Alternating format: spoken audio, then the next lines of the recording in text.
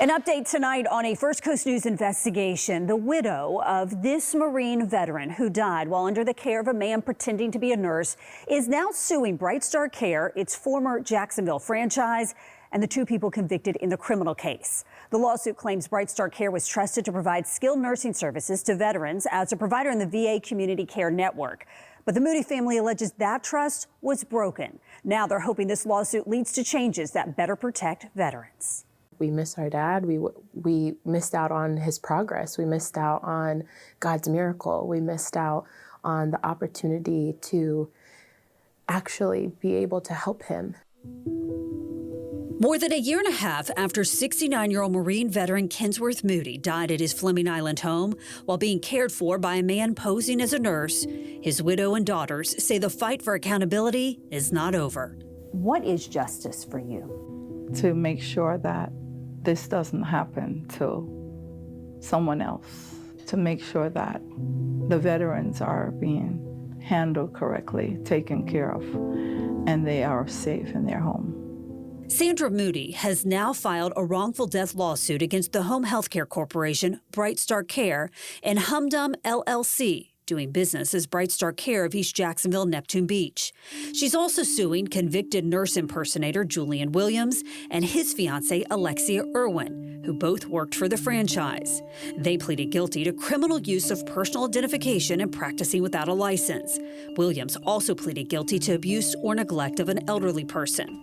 Although Moody's death was ruled natural, the investigation revealed home surveillance video that showed Williams failed to respond when the veteran showed signs of respiratory distress. A 60-page state report says he didn't alert the family, including Sandra, who is a nurse and was home at the time, and he failed to perform CPR or call for help. The lawsuit also alleges the franchise falsely represented Irwin as a nurse and continued employing her after it knew or should have known she was unlicensed, untrained, and unqualified.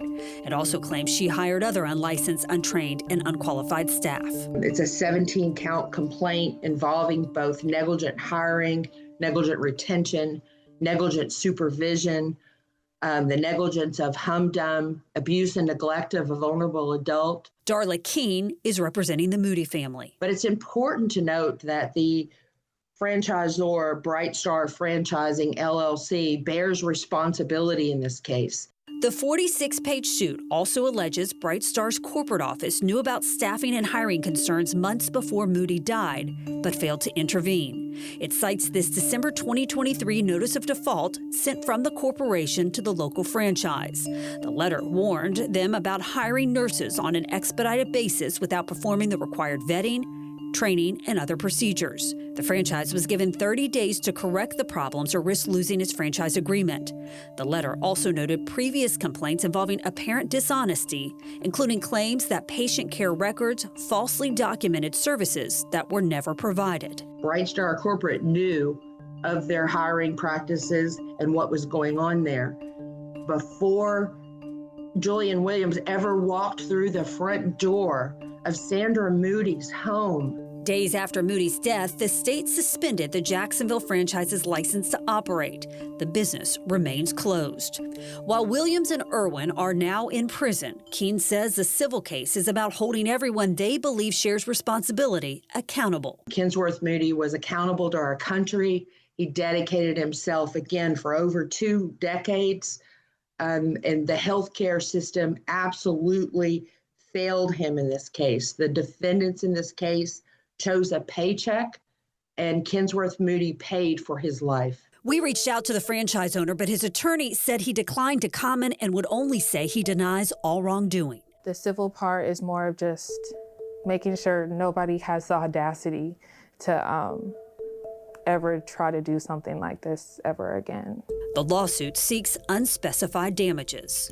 It's not about money, it's about the life. There's not $1 that could replace the amount of time that we've suffered to fight for this case alone, but just the grief that we are going through, the events of this happening to us, the trauma that has come with this. But it's about understanding that this should not ever have happened to anyone.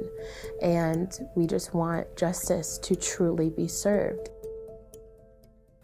Now, we reached out to BrightStar Care's corporate office multiple times about the lawsuit, but did not receive a response. In a previous statement last year, the corporation told us that client safety is its top priority, and it had terminated the franchise agreement.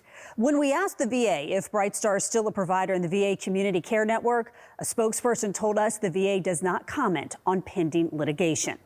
As for Julian Williams and Alexia Irwin, he was sentenced in April to 20 years in prison. She was sentenced to 2 years.